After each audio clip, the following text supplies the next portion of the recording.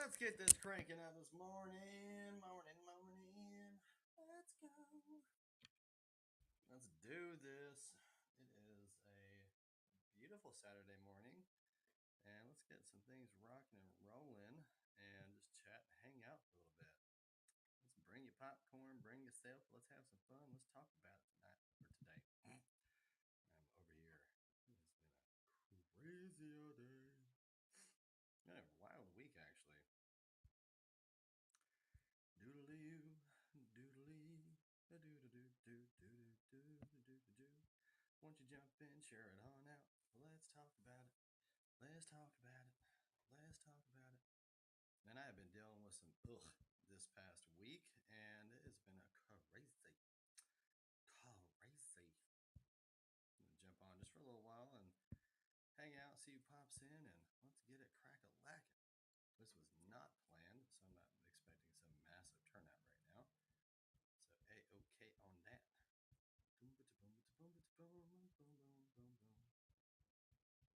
Wow, I have way too many notifications going on right now. Let's exit out of that. How am I still doing that?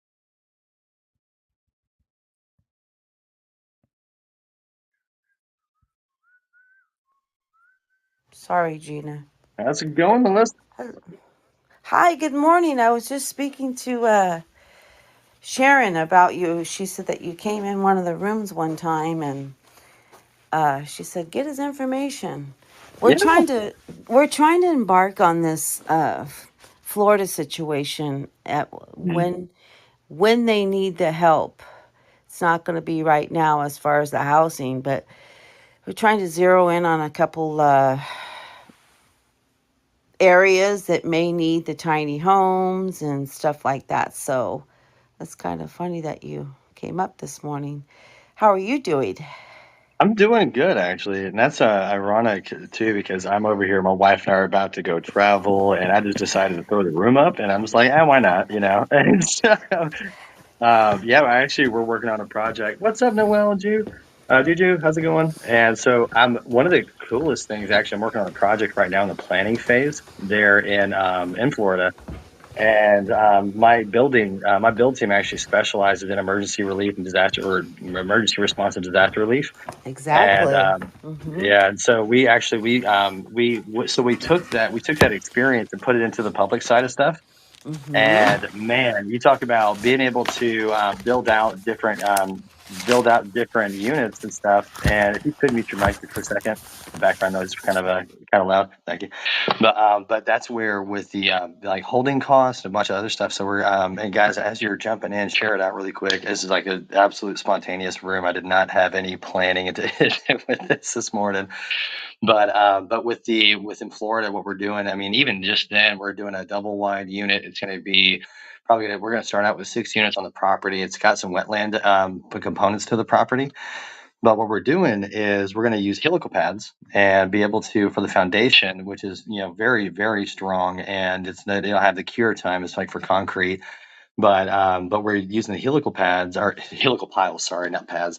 Yeah, instead of the concrete pads, and that's where right now with when it comes down to the speed of laying the foundation, we can get the foundation and the unit laid down literally the same day. We can actually do those 10 at a time per day, if not within 48 hours. I like to say 48 hours because when I say like 10 per day, people get freaked out. They're like, no way. But but actually too, guys, Melissa, you can actually the link that's up top. You guys can actually go through there, check all the boxes that you want for like an ideal unit, and it'll jump over to my calendar. We can just do the brainstorming session. But that's where with like we're doing apartment complexes. We're doing what's up, Ryan and Rod? Man, and I'm telling you, we're like apartment complexes, single units, a short-term rental business model, corporate housing, even two independent living facilities for workforce housing, which is extremely helpful. But that's where you have so many different ways and even the combinations of stuff, even too, like it's just a matter of what is the zoning, what's the utilities like, water, electric, sewers, or septic, depending on where it's at in the rural or city. And just going through all different layers of it too. And so it's absolutely a fantastic. Yeah, that's why I'm just really grateful. I just threw up the room out of nowhere. I'm like, let's just see what happens. But yeah, Melissa, there's a lot of that we can do, and especially in what part of Florida is the project in?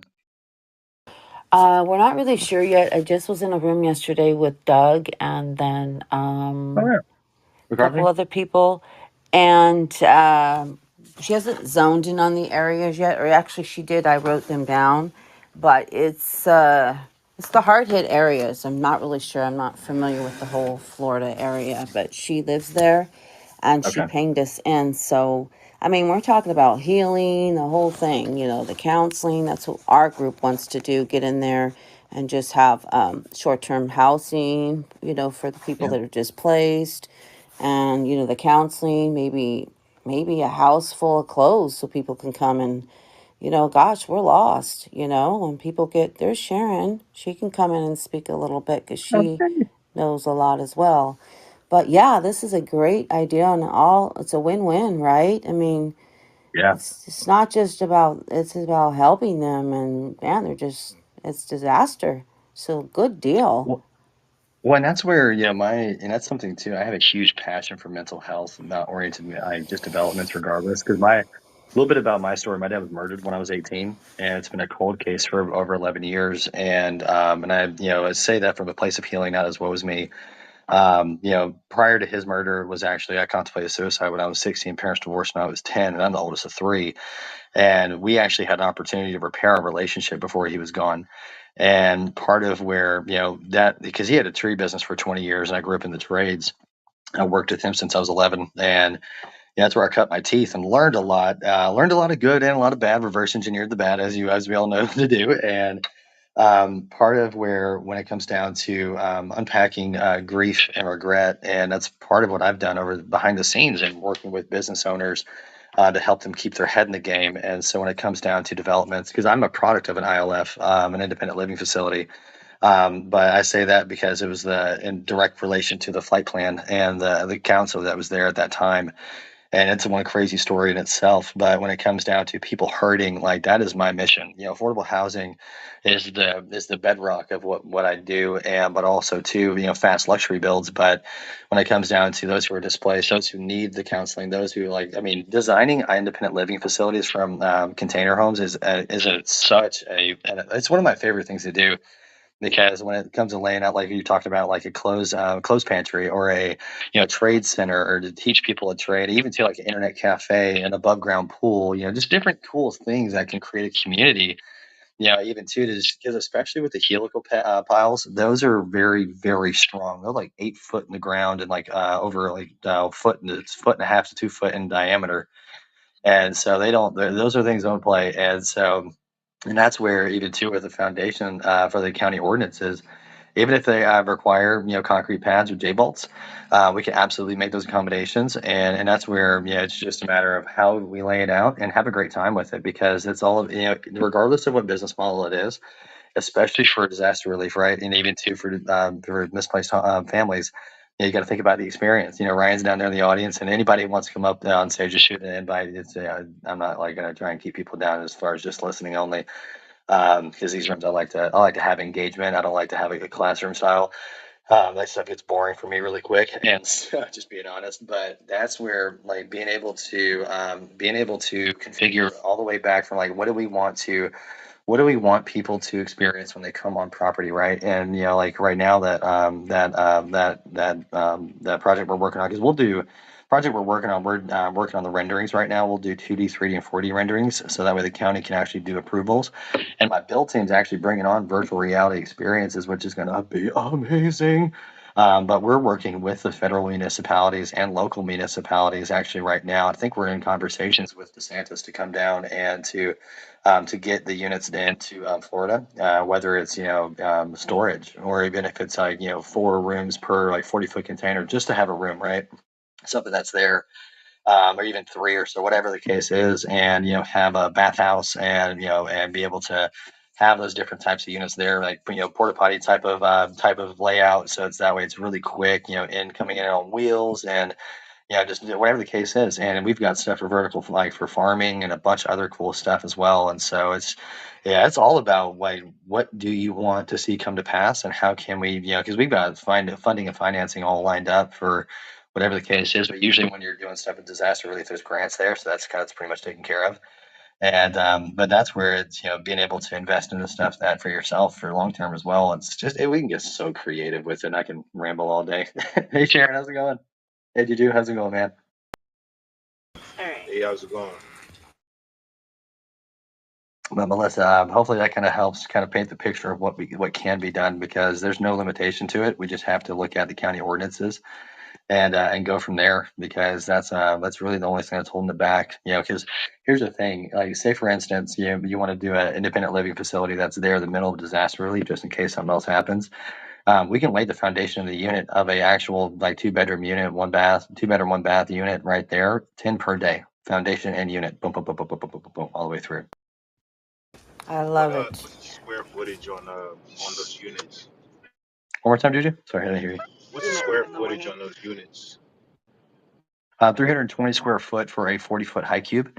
And we can always, we can do creative stuff with, like slapping two of them together for like a double wide, or we've got three together.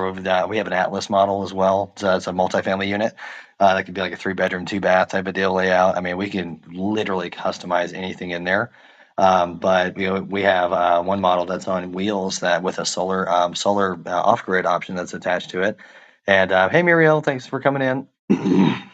Sorry, I've been overcoming some strep and some other this past week and a half. It's been, whew, well, I want to say hell on earth, but that ain't even close. But it feels like it. But yeah. So the square footage can, for one unit is 320 square foot, but we can do 20 footers too, which is 170 square foot. But the wild part, it's not even about the square footage; it's how you maximize the square footage. The usage of space. And what's amazing when people step inside of a unit, they are blown away at how spacious it feels.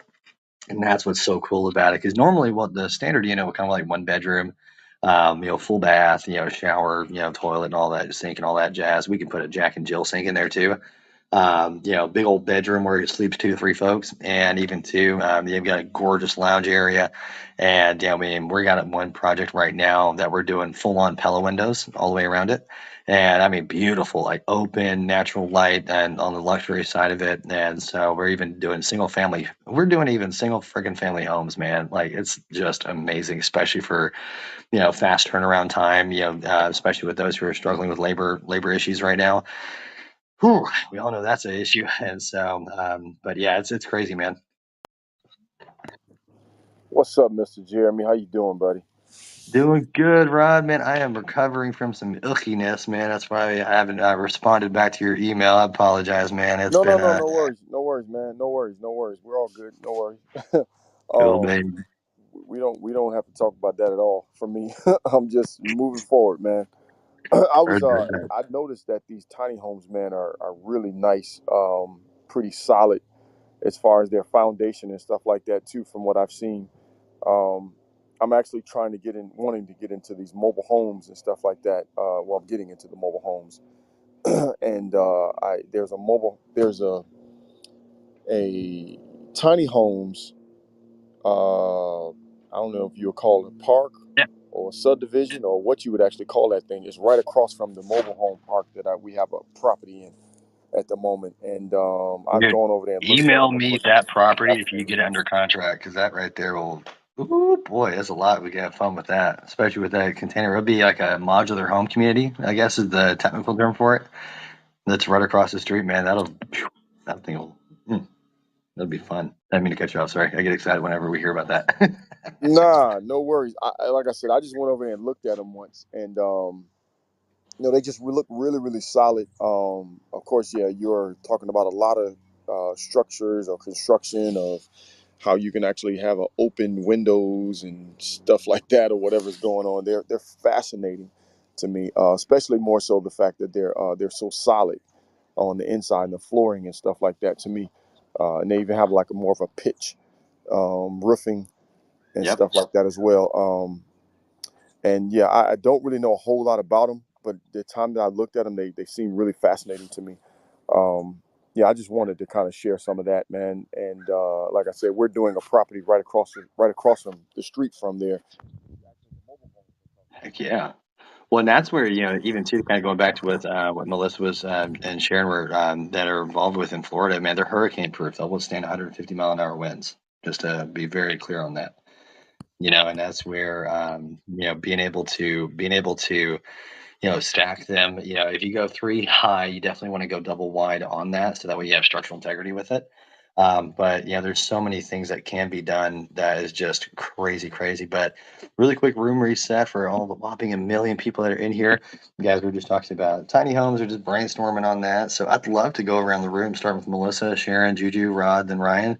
Go in that order. Introduce yourself and just share with the room what y'all do, and let's just have some fun just networking this morning.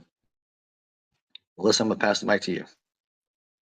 Hi there, Melissa Boosie here. I'm a investor, realtor. I care about people, and we want to embark on some tiny homes for the disaster in Florida. And we've created a little special team. And I had my notes, guys, but I apologize. I'm making breakfast and they're not at my reach. So, um, yes, we're looking forward to this. And you had some great information this morning. It was kind of God sent me to this room this morning. So nice talking to you all. I'm going to pass it over to Sharon because she's Mama Bear.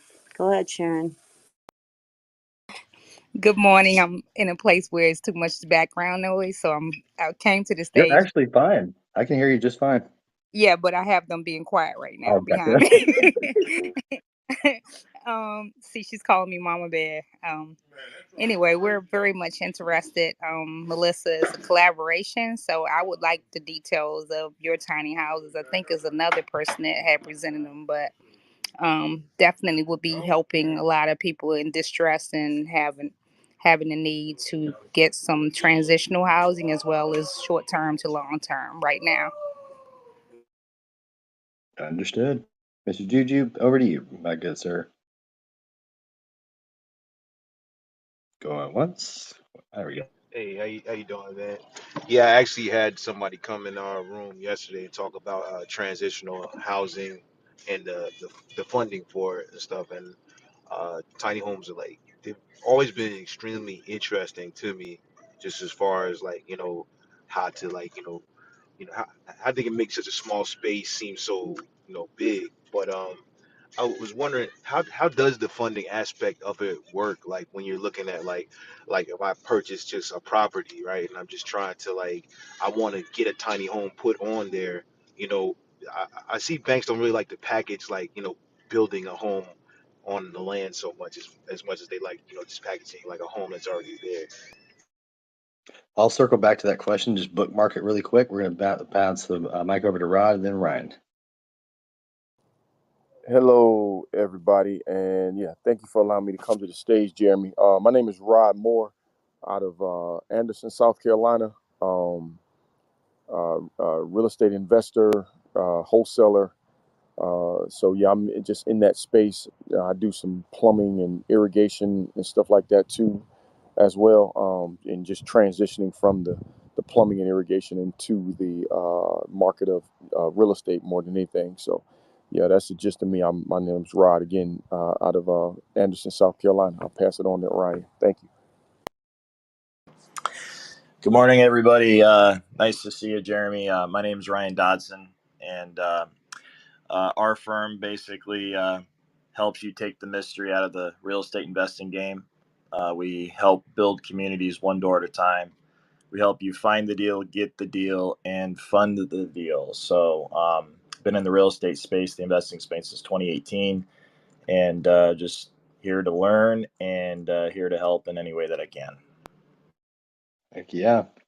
And Juju, let me ask you this really quick. Was it the Forstons that were in there talking about the transitional housing? I'm sorry I didn't get the last part of what you said. No, it was Derek Forston and Otis Forston. Were those the ones that were jumping in there about, or was it Tanisha? Who was it that jumped in talking about the affordable housing or transitional housing? That was Tanisha. She had Okay, cool. Tanisha is awesome, man. And that's where, so we're working on a workforce housing development. It's going to be an apartment complex style build. And so when it comes down to the financing of it, I mean, there's tons and tons of companies that are out there. I have Tiny Home Funding LLC also. And so I work with over 120 lenders on just different facets. And so whether it's on the getting it to go vertical, going to where we have even to refinancing on modular home communities as well. That's why I got really excited about when Rob brought up the neighborhood of the tiny homes, because part of where because it'll operate as a chattel loan or as a conventional or construction loan, depending on the status of the project, who's involved, and that's why it's a kind of a wild west to a degree. But when it comes down to those who are the lending institutions, or just even to just for those who are the providers, whether they could be hard money, whatever the case is, it could be literally all the way up to. I mean, we've got lenders in place that will do it as a new construction, that will also do it as a just do it as new construction or ground up construction, or a conventional loan. And we've got lenders in place that'll help with, let's see. Oh yeah, good question, Sharon. And so with the loan structure of it, it really depends on the property, and of course, with utilities, what does that include? Like, what is that? How does that incorporate into everything? And being able to really line out exactly where the utilities are going to be mapped out to. So being able to have it all those different variables into there is where we can structure it more than likely to a conventional or construction loan. But we've also got chattel loans, depending on if it's a mobile home park or what. Well, it just depends.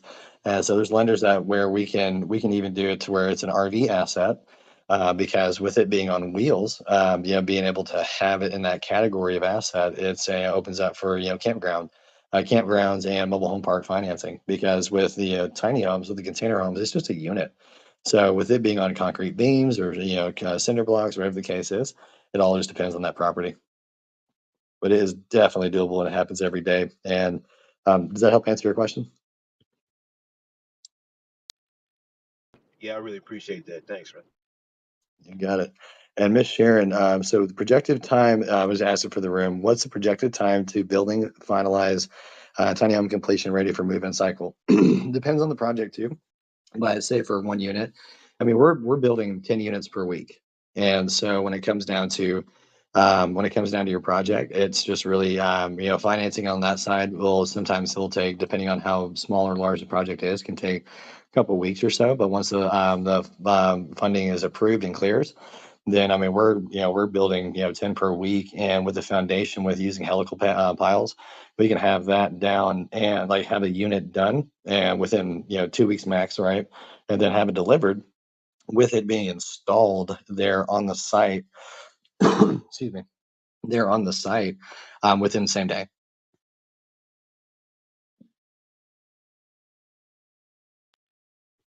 And So so you're saying 2 weeks or 3 weeks?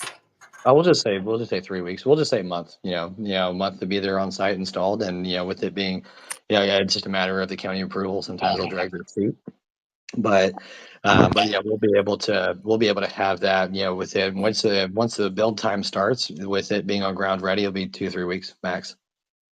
I like to be generous on that time, so when we're early, it makes it even that much better. Okay, awesome.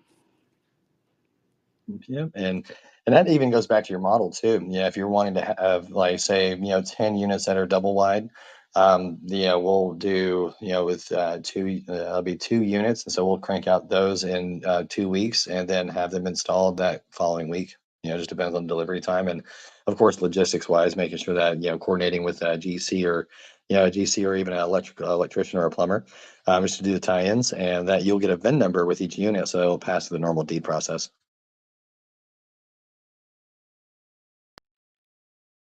Well, thank you for telling me that. You're welcome. What's going on, John? Introduce yourself to the room, my good sir. And I need to call you back. I've been earlier in the room. I was saying I've been still All right, overcoming that crud from this week. plug. What's happening? Um, yeah, no, I love the conversation, and I'm a real estate agent in Coronado, San Diego area, San Diego County. We've talked about some bigger deals, but it's just coincidentally, I was with a guy who's active duty Navy SEAL, and he's getting ready to retire, and he just hit me up for some options. They talked about doing tiny homes, maybe mobile homes. manufactured, I guess they call them now. But back in the day when they did come with wheels on them, um, they were talking about if you take the wheels off and you attach it to the ground, then it becomes an attached asset. So for lending purposes, and then if you remove it from the ground without permission or whatever, it's a violation of the loan covenant, right? So I just thought I'd bring up that idea or that question maybe. Any comments on that? And because like normally I should have started off like when I think of tiny home, I think more of a fifth wheel or a more elaborate trailer, and that stuff is really regulated by ANSI specs rather than by HUD or whatever you call it for home building code. So that's a little more relaxed standard ANSI because it's mobile. Any comments along those lines and how to differentiate those and then maybe help my client? He's going to sell the family farm and he'll end up with about 2 million. And he's going to take that and try and do something where I'm going to try and persuade him to do, his own establishment. Maybe there's a property management component, and then he might have, 10, 20, or 30 tiny homes, Tennessee, North Carolina, who knows, and then try and have this as an ongoing business that feeds him cash flow wise. Hope that's not too much of a complicated question. Thanks. I was about to ask you what is the question, because what you did say is factual, because when it comes to the loan, you have to keep it in that asset class, especially if with it, being, because with it being on a trailer, each container is going to be 20,000 pounds, right? And so you have to definitely keep it in that asset class. And also too, if you're planning to take it off the wheels, and that's something that is not talked about a lot. And I appreciate you bringing that up, because a lot of times people get great ideas, but they also forget about their due diligence on the back end. So with just to make sure I'm tracking, with what was the scenario again? One more time, John. Well, just that, he's trying to come up with ideas, he and his wife, that once they sell the family farm and have the proceeds, what can he buy acreage wise? Maybe at least 2 acres, might be bigger. Maybe sounds small if you're going to do multiple tiny homes. But I think the lowest cost, this is really where I was going. Do you think that tiny homes would be the least cost and perhaps the best cash flow scenario for a retired military guy he'll have his military pension, but rather than trying to do it as a manufactured home park or something like that, that I would say is the next step up in terms of capital investment and, highest and best use, in the sense that you'd have more units, more tiny homes than you would have manufactured homes. Let's ask that question, I guess. Yeah, and so I'll just give you a scenario. I toured 200 acres here in Alabama 2 days ago, and so the plan is, if the deal goes through, yeah, we're going to be doing a short-term rental, and so the whole entire concept behind the container homes are definitely going to be the fastest turnaround time, and depending on the land too, right? And so where he's at, where I'm at here in Alabama, we've got a literal county that has zero like restrictions on zoning, which is a freaking gold mine. And so part of any kind of land in that area, this was just a really good plot. Um, and so there's 130 acres that are tillable land, right? And then what we're going to do, that cropped contract is actually up this month. And so the plan behind it is, because there's no utilities all extended out through throughout the farmland, understandably, but the holding cost, right? Yeah, this is what Ryan and I were talking about the other day, and one of the biggest things is the holding cost on trying to develop something. And when it comes down to the fastest turnaround time, you got to think about pre-booking, right? Yeah, if you're going short-term rental or corporate housing, depends on what the zoning allowances will permit you to build. But that'll dictate a lot of the direction on it. However, rezoning is always an option, but you got to look at the comparative cost on that. But part of the biggest thing is you got to think about how you're going to cash flow, right? How you're going to cash flow it while it's being built, while you're doing development, because that's where it comes in real handy to be able to say, okay, we're going to do this development. Let's get renderings with it. And that's part of what my team's doing with that project down in Florida and in Texas. We're doing some really sick renderings. And Ryan saw some of the renderings the other day, and he'll tell you, man, they're like they're pretty well in detail on exactly where and what goes where, and so being able to have a business plan in place, not just the infrastructure, is very key. And that's where and that's part of what my team loves. I love that my team can crank out the renderings really quick, but also too while putting a business model together to say, okay, we're going to market this bad boy while it's being built, so this way he has cash flow. That person has cash flow right away before, or well, has pre-booked money coming in. When the units land, people move in, and then that will the springboard forward the entire marketing plan with user generated content right out the gate, making our lives a whole lot easier, right? And being able to really help him out with that, because the thing is, for him, with me having 2 million liquid on that, I would dedicate probably 250,000 to like land. Getting it developed if that's possible, and so that way within there you can even to use it to where you're using some of those funds for the landscaping, depending on where the utilities are going to be extended out to or installed. And so that way you can measure out those costs and look at exactly, of course, I'm just throwing out 250,000 as a figure, but as an example, but being able to section that out and look at how many units can we put on there per the acreage, and be able to make sure that for the spacing, and this all goes into the experience of what you want to create. I mean, I'm working with folks who are putting together hunting resorts, right?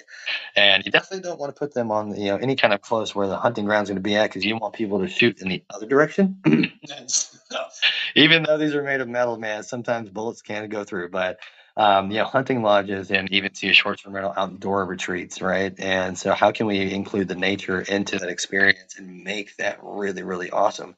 I've got over 10 years in landscaping, and so for me, when it comes to creating these types of experiences for people, I like to include everything, consider everything, and look at what can be an asset and how can we approach it that way, because that all of that being said goes right into what people are going to be paying for, right? And so if he's got 2 million liquid, then what you could easily do is buy maybe 2 to 5 acres or something just in that area, and look at long term, thinking backwards, reverse engineering it to the first step, and saying how can we create the best experience in this area that's going to make sense for the area, but also too, even if it's like abstract for the area, it could be a getaway, a retreat. I think about, how are you going, like, depending on your business model, if it's short-term rental, corporate housing, however, how are you going to furnish it? How would that make sense? And also too, short-term rentals for depending on where that area is at, could be a great positioning for it. That, and then even too, I mean, he could have one part short-term rental, one part corporate housing for contractors that come in, right? Contractors, traveling executives, traveling nurses, anybody who's coming into town that needs to stay there for 3 months. That's another option as well. So that way it not only self-funds itself, but also you have the anchoring of the corporate housing, because those corporations will buy the contract yearly. And that way you have steady income, because short-term rentals it's great, but also it has its own ebbs and flows, just like anything.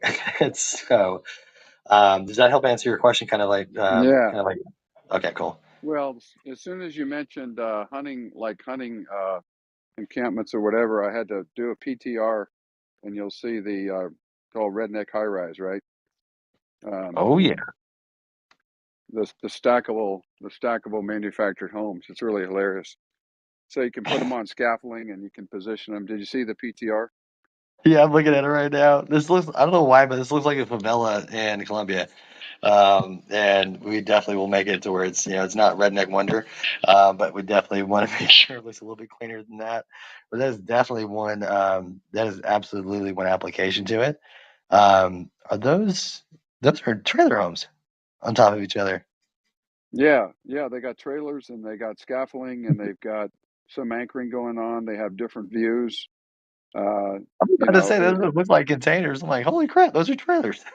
yeah, yeah, yeah. You just get a crane or a forklift to put them up on those little perches. It's kind of Yeah, cool. Maybe out here in California where you have earthquakes, it wouldn't be quite as easy, but got to bring a little levity to the discussion. Um, no, that you is gave definitely me, entertaining. yeah, you gave me, Jeremy, a really great, uh, what would I say, business profile, business plan, the distinction between the tiny houses. Um, And I think in our last conversation, I heard that state of California is going to perhaps start to recognize ADUs as, I'm sorry, tiny houses as ADUs. Oh And yeah, I that's don't been know in if, the works. yeah, yeah. So, and Yeah, I we've got happen to, several projects in. Oh, go ahead. Sorry, let me cut you off. oh no, no, I just going to say I happen to meet the guy who's a developer who came up with the ADU concept and went to Sacramento and helped them write the legislation with one of the congressmen or senators and got it put into law. And of course, they were excited to try and get more density in California. A lot of people are offended by increased density, but we have a lot of vacant land that it's just not zoned. Like you said, it's not zoned for that. And to try and go in and change the master plan is very difficult, very challenging. But yeah, you helped me conceptualize where I need to counsel this veteran and his family on what the options might be, and then I'll contact you in the back channel and see maybe if we could help this guy out because um, it's the lack of knowledge that people just don't have, and I have a special place in my heart for guys who served our country, and we're trying to get them affordable housing and think about all the other veterans who Yep. are on limited income that need the same Well, help, and they and can either that's be the in a tiny home or be a homeowner within a park or whatever. So there you go. Thanks. and that's what's so crazy is that HUD-VASH is like HUD for the vets, and I'm so serious with that. And that's what's up, David, Remy, Jeremy. What's going on, guys? Should we have Shamik and I believe September? That's their name, I believe, but or their name. But one of the biggest things for HUD-VASH is the transitional living and workforce housing for the homeless vets because that's one of the biggest. Like that's I've done mission work overseas, and I love that we have, other. So here's the thing. I love mission work. I was a missionary for a year over in South America full time, and part of what breaks my heart, and this is actually goes right back into nonprofits, and I appreciate because I'm involved in projects over in Uyo State, Nigeria, and some other places too. And I have a heart for those who are hurting, period. But when our home backyard is neglected for overseas, that's where we need to balance certain things. But I say that with all to balance it and clean it up is that like part of my project over in Nigeria is to help create an industry and and we're actually going to be putting in a circular ecosystem. Taking waste management to create building materials and actually help with creating affordable housing over there, sustainable housing, big time. But that's where here in our backyard, there's a lot of nonprofits that have the funds that being able to repurpose mission funds over into our own backyard to help our own homeless here in town because one of the that's that old saying our number one favor that we can do for other people is work on ourselves. And part of our own backyard is being able to help those who need it right now. And the vets, man, they've laid their life down. They really did. And one of the hardest things to see is that people suffering while other people are caring for other things. And like when I was overseas, and that's why when you do things overseas, sometimes it doesn't stick. And let's just be honest, because at the end of the day, when it comes to helping communities overseas, anyone that's overseas, you have to have boots on the ground, roots there to help with sustainability, and that's just a cold hard fact of it. And that's where when it comes down to leveraging HUD-VASH. I mean, imagine being able to here's a really cool play, John. Is that and I gave this idea to somebody else who and if I said their name, most folks would probably know it in the room. But I gave this idea to somebody, and they're like, "So what do I need you for?" I was like, "Well, I mean, you're welcome." But and that's where on the building side is where we come to play there. But imagine being able to being able to put together a whole entire real estate development that is paid for by private money, then back or even funded by HUD-VASH, because HUD-VASH will fund pretty much everything, and they're sitting on land right now that they need a person who's got the vision, the gumption, and the grit, um, and also the business plan. You got to check all the boxes before you get approved. But biggest thing is as far as that, they'll fund the whole project and be able to help you, like be able to bring in those who are going to rent because they'll get vouchers, et cetera, just like Section 8 and other things. Of course, there's different terminology with it, um, but when when it comes down to being able to erect the entire thing built up, then guess what? Someone else can come in and purchase it from you with it being funded by HUD-VASH and those other programs. And that's where, it's just the infrastructure. Like that's part of like these apartment complexes, like here, I'll actually do a PTR with mine really fast. And that way you guys can kind of see the 3D rendering of the 30 unit apartment complex where, and that was a phone call. All right, go ahead and drop this here. And hang on 1 second. Man, this PTR does not let me show much at all. All right, there we go.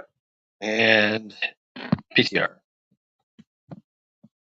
But that's where being able to build out an apartment complex and be able to grow, and be able to have that filled in with with vets, those who are really who need that help. And here's the thing, when it comes down to you have transitional living, workforce housing, and then subsidized rent, right? And that's, I live in Huntsville, Alabama, and so like I talked to the senior planner of the housing authority, and they have a $250,000 budget per unit available right now. And and that's where like right now where I'm working with some nonprofits to put together plans and structure and be able to say, hey, this is how when you enter in, this is what you're gonna see, right?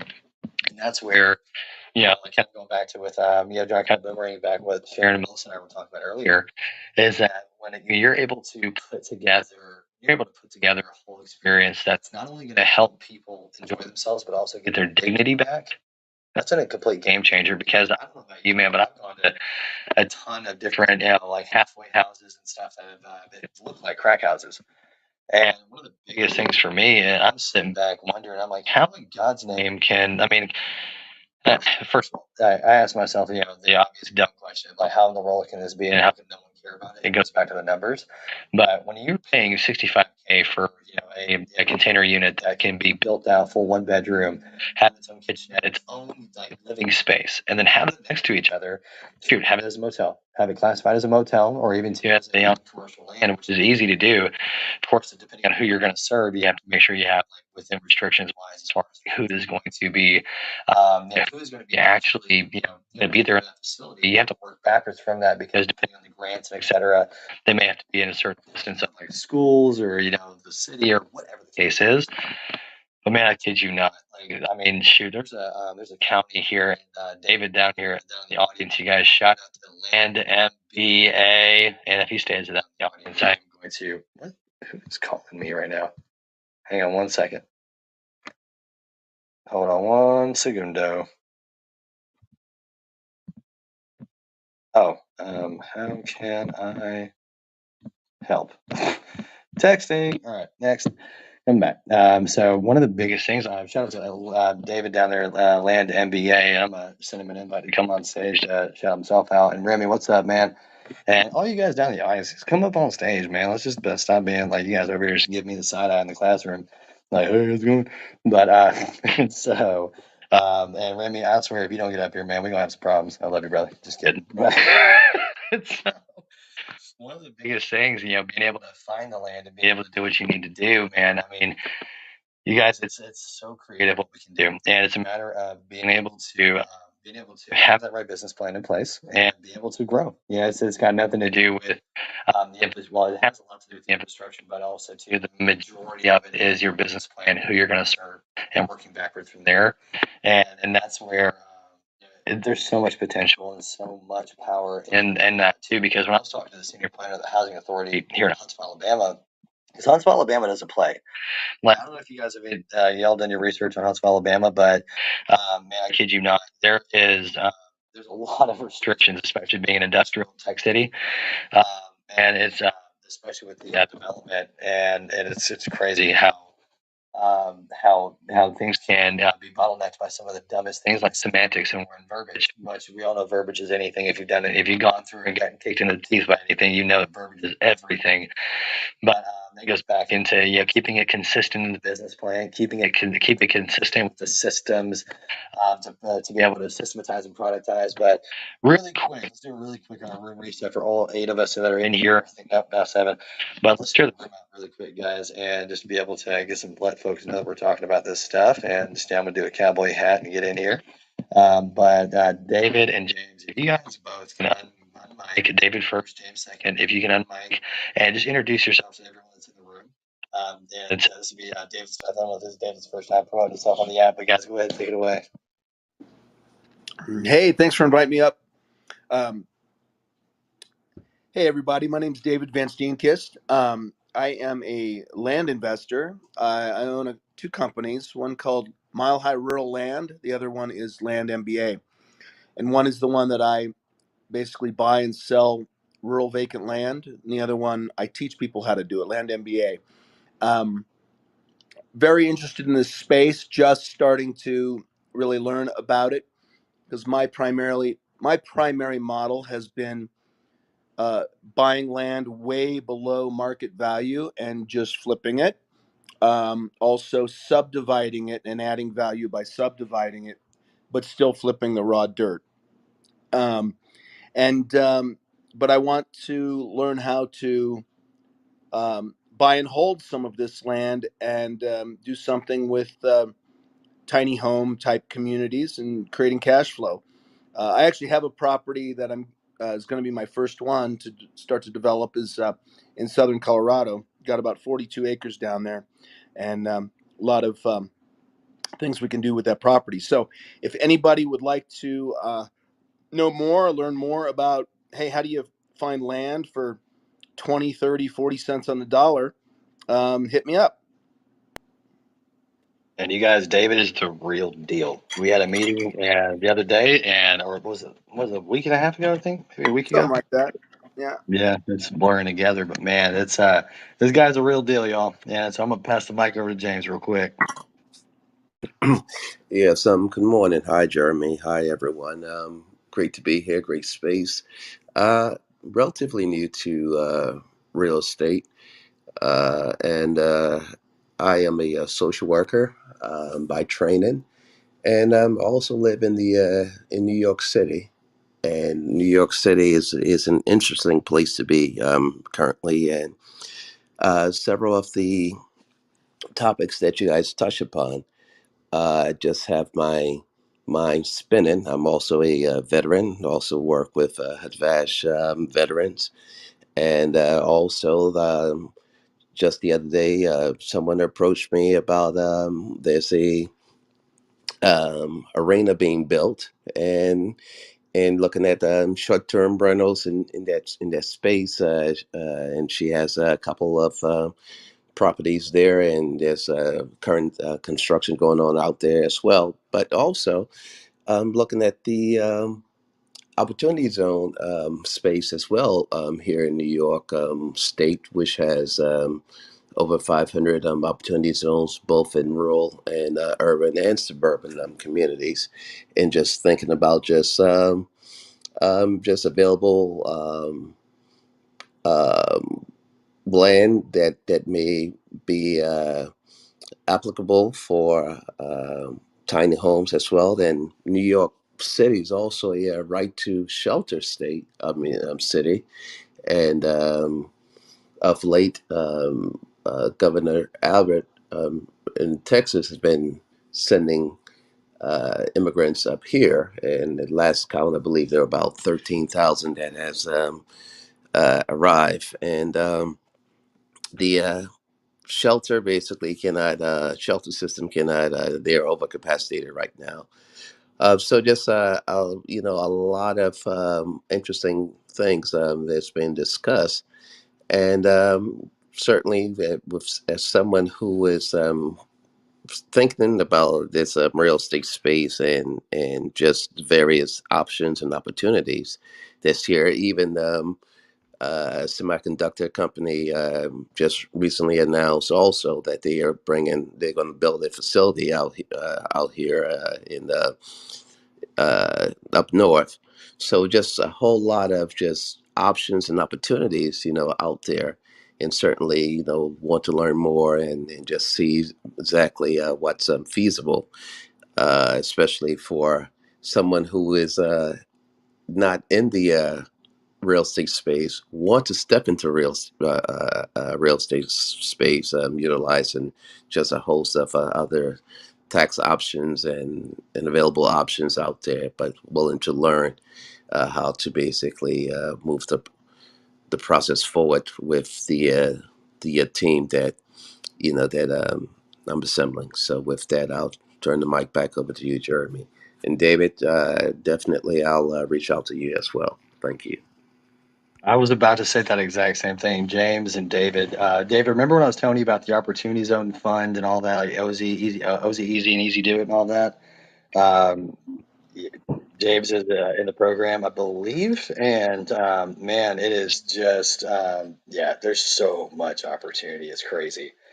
And so I can't wait for the two of you to connect, man. It's just kind of you'll just both text me when I'll have a meeting and let me know the ideas that just fly off left and right. Let's see, we've got Delisha and also Mr. Banks down there. I don't know if his real name or not, but you guys, man, I am. Let's see, man, this is a great morning. It's been one busy week, and what's so nuts is with just the projects that are going on all over the United States. One of the most encouraging things for me is that municipalities and just folks who are really, really stepping up on exactly where where they acknowledge the problems. And that's one of the biggest things. That's why I'm so adamant on container homes and just anything that when it comes to affordable housing, because even though we've got so many different options and alternatives, it's when you look at the specs, when you look at the numbers, when you look at the turnaround times and how getting a foundation down. I mean, imagine having a whole unit rent ready within a week and a half, and being able to once the build's done, it's there, it's arrived, it's all checked off, and you have people waiting to go in and get the keys or whatever, if you put a keypad on it or whatever the case is, and be able to really just be able to make it happen. And there are we got a rock star in the house, Miss Tanisha Green up on stage, and so one of the biggest things too, guys, is just it's all goes down to your creativity and how can we not only make a difference, make a change, but also do it in a way that the numbers make sense. Because let's be real, at the end of the day, all of this is cool and all, but at the end of the day, you got to make sure the numbers work. Because if you don't, what's going to happen is that it's gonna take place to where you're able to really dig in, and be at a loss if you're not careful, and having a solid plan in place, like whether it's having giving the programs a heads up that that you have a new facility in development, and that way they're going to be able to. That way, they're. I do. Janisha just jumped in, but one of the biggest things is being able to say, hey, look, we are going to have this development done. We're going to have it ready to go and be rent ready in the next month and a half, and give the programs a heads up. And two, when it comes to short-term rentals, I always say have a direct booking site in place, because it's very tempting to just throw it on Airbnb or Verbo or any of the other platforms. But if you don't own your data, what's going to happen is you are not going to know who your customers are.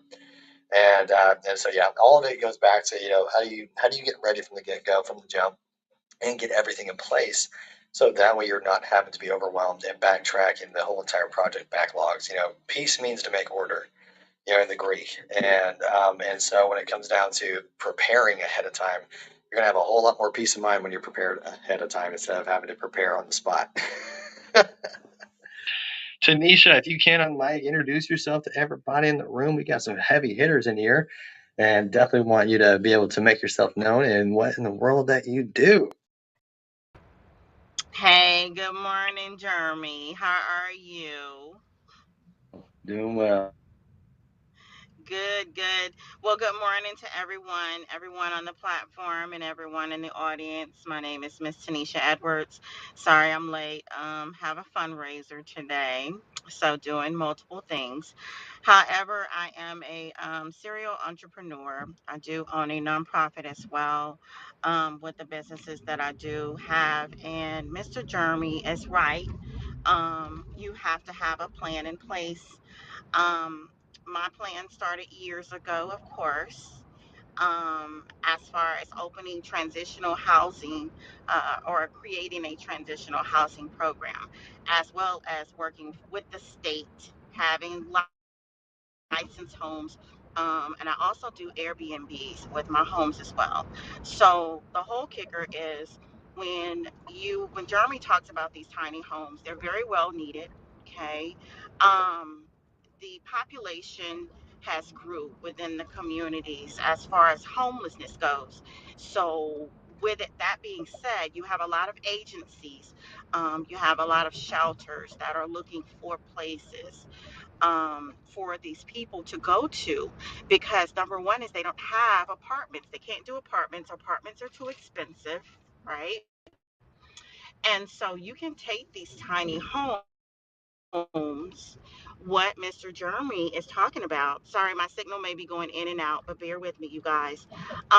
You can take these tiny homes and you can turn them into a community. Okay, and you can build an affordable community within. If you got a piece of land, now I don't know if some of you guys are real estate investors on here. I don't know if some of you have land already in the mix, but you can take that land and you can put all these tiny homes there, and you don't have to go and have a whole 6 or 7 acres. You can have two, at least 3 acres, and go and put a certain amount of homes sitting there, and you can have these to where they're rented out to our aged out population, because we have those ones that are aging out from the state. You can also rent those out to our veterans. They can also be rented out to our women of domestic violence, the ones that have the children. That's the population that's becoming very popular now, and being more homeless on the streets than ever before. And you can also set that up with the agencies in order to make that happen. And when Jeremy talked about making or announcing that that project is becoming available, he's absolutely correct. You can announce it and say, coming soon. This is what I do to all of my mentees that I teach in class in order to open these type of tiny or transitional housing programs, and have them looking forward to a community that's coming or going to be opening soon. So the investment of getting these tiny homes is going to be profitable. Okay. And you don't have to go through the state. It's just mainly private pay.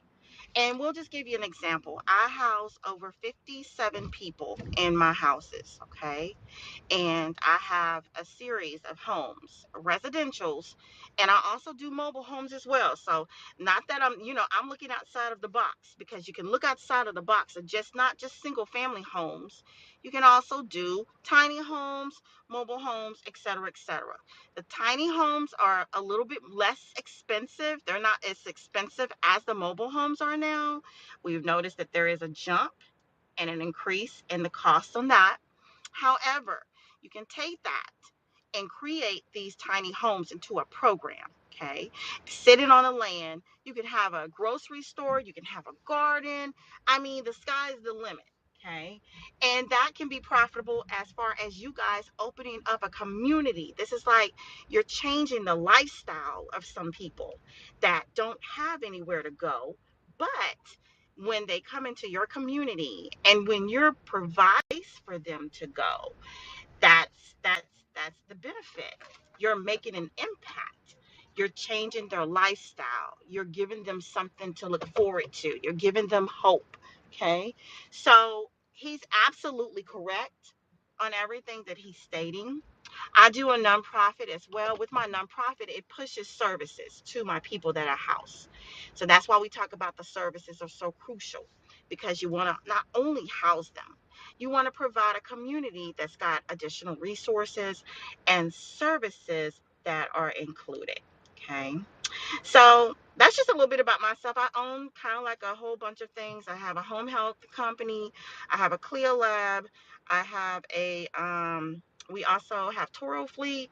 I have a nonprofit. We have the homes that are licensed, and as well as the unlicensed homes. And we work with the city. We also work with the state. Okay. I sit on the board for all different types of agencies, such as the Veterans Program. I'm a board member for the Texas Veterans Commission, as well as United Way. I sit on the board for the Reentry Program. So, yeah, I do a lot. So, my bio is just pretty much gives the whole shebang of everything, which I couldn't put everything in my bio. I'm also a commercial loan officer now. So, what makes that a benefit on my end is I can go out and get the properties, and you can roll these properties, what you're getting with Mr. Jeremy, into your business. So that's a little bit about myself this morning. I didn't want to take up too much time, but that's me. And so I'll yield my mic. Well, and I'm not going to let you just leave off that you work with how many football teams and other company, like how many organizations. Like, girl, stop playing. Like, she is being so modest. And also, Tanisha, you need to connect with David, who's here on the stage. That's all he does is land, land and subdividing and all of that. I don't know if you caught it before you jumped in the room, but man, oh man, oh man, there's a lot of things that, with everyone that's on stage, that it is so powerful. And that's where anyone as ideas are firing off, you guys, you can hit the link at the very top, and that's the application page. You just go through and check all the boxes as far as like an ideal unit, and then that way we can just jump on a brainstorming call. No strings attached, no obligation to do anything. We just literally brainstorm. And I've been told that I need to start charging for that here soon. So um, but being able to brainstorm and really flesh out what would be a good plan of attack is so daggum key. And that's where, man, Tanisha's got so much in the works where y'all, man, I'm telling you, it's amazing to, excuse me for hawking loogies up on the mic, but it's been amazing to see, all the people that are, in the industry of helping not just those who are in affordable housing, for those who are homeless, but also those who are hurting, in general. Like for me, like my heart is to help ease the pain of those who are going through it, because I've been there and my own story. And that's where for me, like I want to make it impossible for someone not to be helped. And almost to the point to where if you are ignoring the things after you see the information, it's deliberate, because there is zero reason for the things not to be executed. A lot of folks are like, "Well, I ain't got the money for it." Well, that's called OPM. Let's actually find a way to where you stay in the deal and be able to where you're able to really dig in and knock it out. Because at the end of the day, well, the way, and this may sound cold and harsh, but at the end of the day, if you see something and you don't step up, God's showing you something for a reason, and there's a reason why you were seeing it and nobody else. And that is so important to remember, and I have to keep that in mind too, because a lot of times I get my feelings, I get my emotions, and all that. Well, man, I'm just so tired all the time. Well, also too, so is everybody else. But there's a lot that is there to be said when it comes down to what we can do with who we know and what we have in our hands. It's all about being resourceful, and no one's saying to step outside of like what you're comfortable doing, because at the end of the day, we all have our own life and what we need to do and what we can do with what we have in our hands. But also too, it's amazing what can be done when tapping into other people. And I mean, shoot, I've got a deal on my desk right now that we're going to bring a whole bunch of housing and short-term rental and corporate housing to one specific area. I darn sure don't get the liquid for it, but I mean, I know someone who does, and also too that wants just to be a silent partner. Walla Walla Bing Bang. And it's like, hey, at the end of the day, there's literally nothing stopping you from except the person that looks you dead smack in the face in the mirror every morning. And and it goes back to for what the scripture says, my people perish for lack of knowledge, man. And the more that you can understand, and the more that you can connect the dots, I mean, it's just a massive win-win-win all the way around.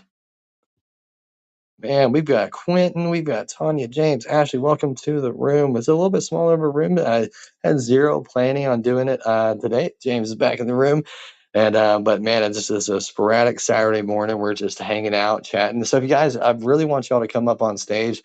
If you have an idea, a scenario you want to see if it would work, let's just throw it out, because that's what these rooms are all about. There's no such thing as a dumb question. The only stupid question is the one you don't ask and try to figure out yourself. That's where the old saying is that the number one life hack is to get a mentor, because sooner or later you're going to find out how expensive it was to not have one. So Oh man, it's a little thing called stupid tax, and it never it doesn't take any prisoners whatsoever. So I'm gonna shoot you guys an invite to come on stage. You are welcome to say no to it. No pressure at all.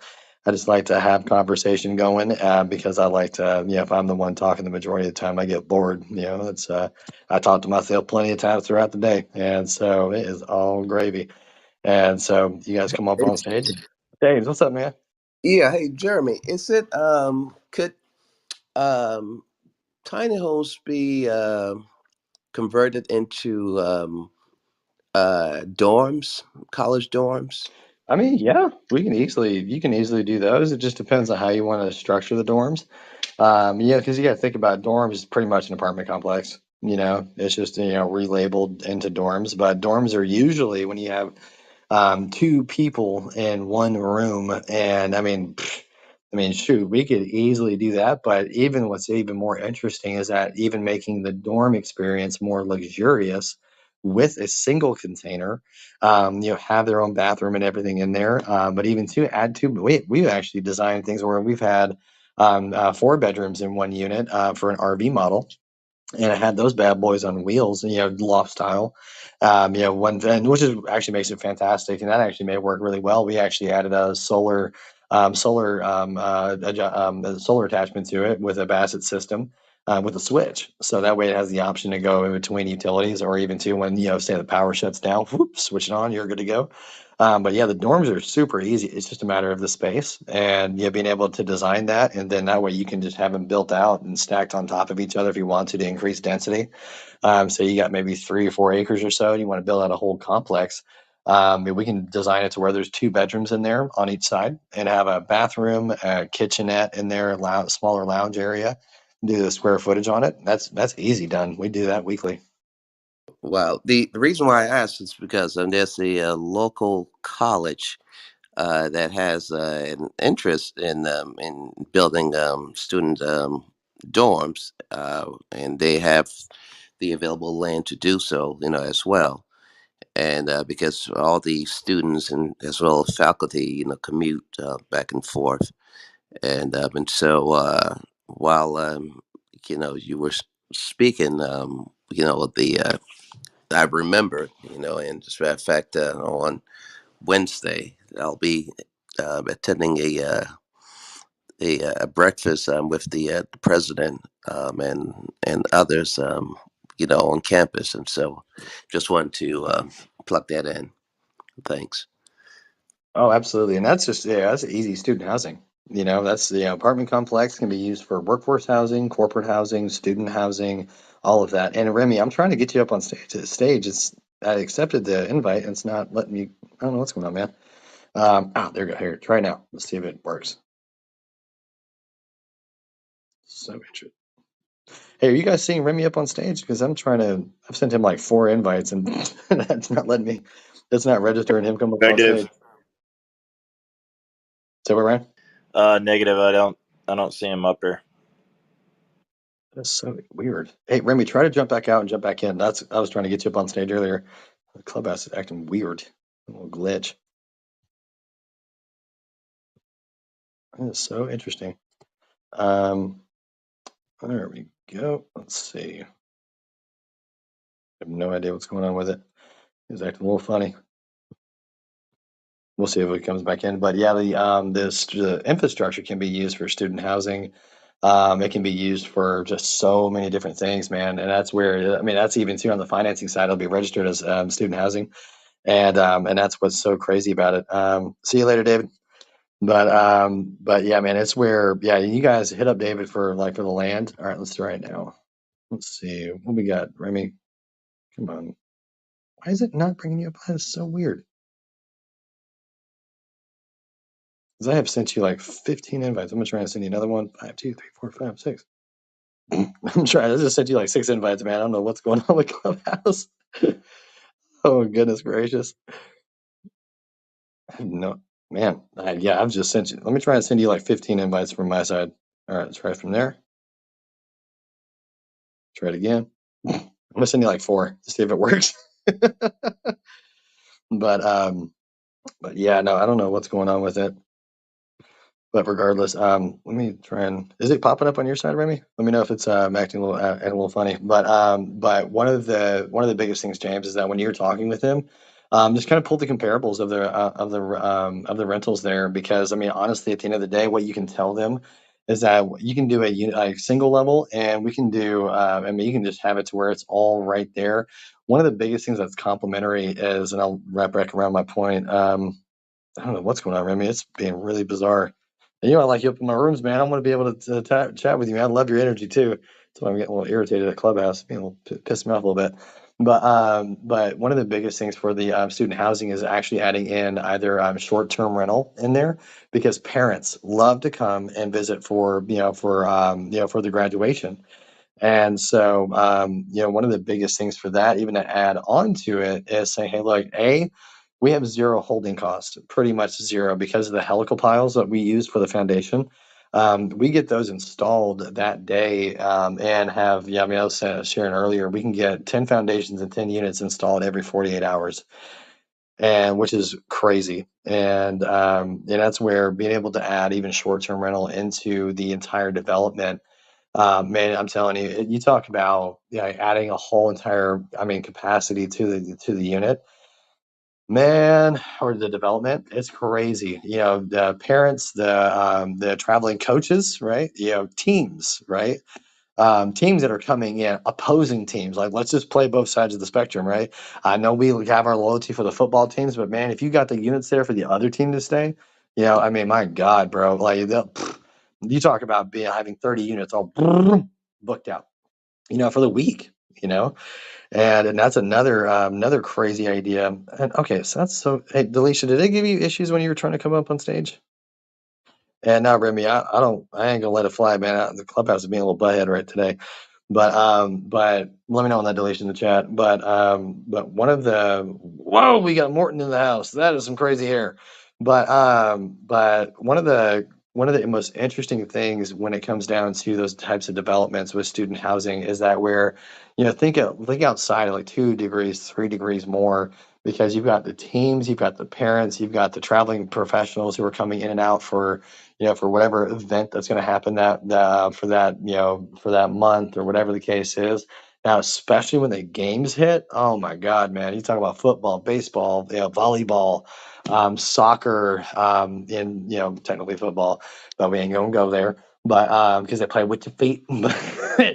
But one of the biggest things for that is, I got a request from that is so interesting. But one of the biggest things for that type of development, just kind of get creative, because that's where they're thinking as well. Yeah, it's great for the students, but also too, what keeps parents from attending, and also too, really kind of, I mean, not really truly, but it's a bummer when it comes down to students picking schools.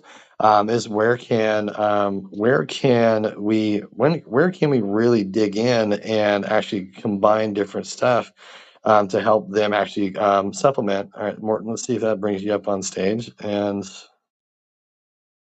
oh, what the heck? Okay, I don't know, that's a bit weird.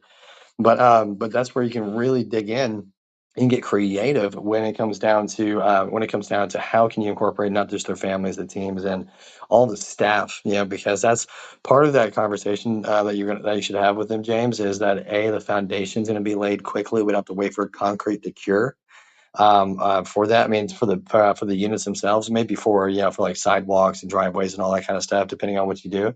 But asphalt, I mean, asphalt can be poured down, but also too sidewalks at a minimal after the units are there. And that's give that maybe a week or two to cure, and just coordinate that logistically with the development, and then that way it's within a month and a half you're done. And of course, asphalt, concrete shortage and all that kind of stuff that's happening right now. Kind of backlog some stuff. All right, Raymond, let's see if this works now. All right, I accepted it and should bring you up on stage, man. Double check, Raymond, your the most recent app that you have downloaded on your phone. See if if it needs an update as well, if the problem persists. So I brought Morton and Delisha up on stage with no problems. So I'm not sure what's going on, brother. But and yeah, James came up too. So I don't know. That's weird. So give it a shot, man. See if the app's on the most recent update. It's probably what it is. But yeah, guys, it's really neat. There's so many things that you can incorporate that into that development, James. And so just bring bring the foundation topic to there, and then also too expand it and say, hey, look, we're going to be also having housing for the parents and the teams. That's all you got to say, and then watch their eyes go just big as saucers. I mean, seriously. So hopefully that helped, James. Let me know if did I hit the nail on the head for you? Yes, thank you. Thank you. Definitely I will. Awesome sauce, man. For the college, for areas that have multiple colleges, it'd be good too for family and friends weekends. They don't usually run on the same, but I was just listening. That would be a good time to offer that other than hotels as well. Oh gosh, yeah, that is so true. Um, that is so weird, Remy. I'm doing everything I can, man. I promise. I'm trying. I'm trying. I guess Clubhouse doesn't want us to be great this morning. I have no idea what's going on, man.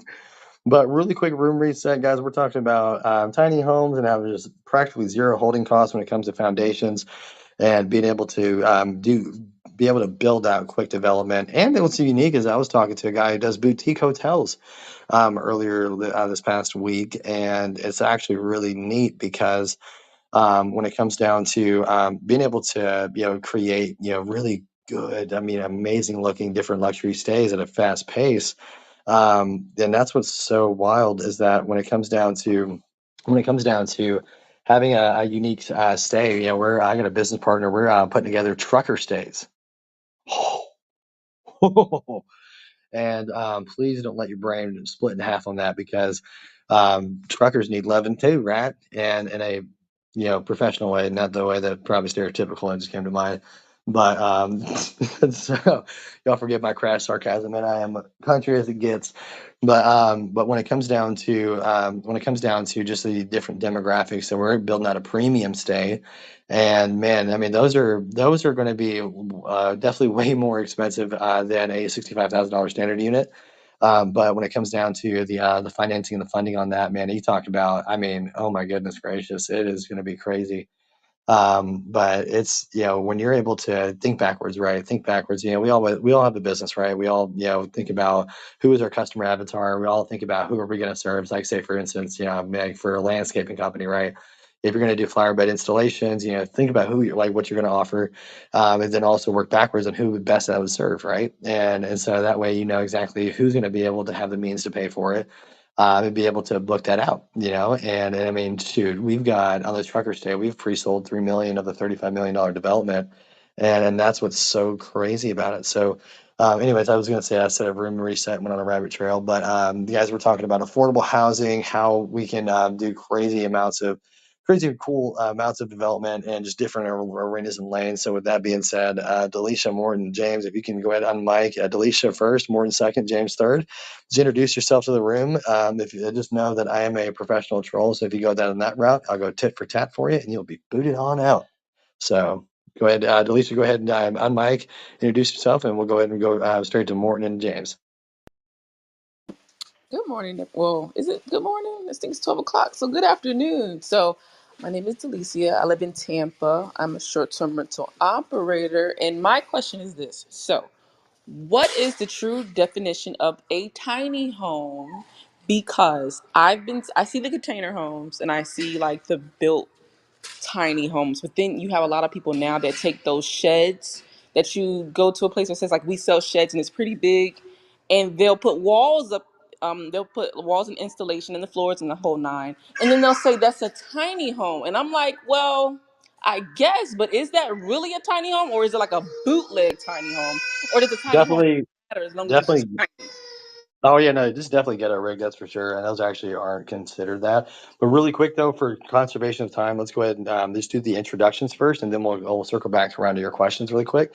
So Delisha, we'll bookmark that. But I want to, if you can introduce yourself, and then Morton, if you can introduce yourself, just 30-second intro, and then that way we'll boomerang back to the questions because I definitely want to dig into that because that is a Delisha, that's a question I have to address almost weekly.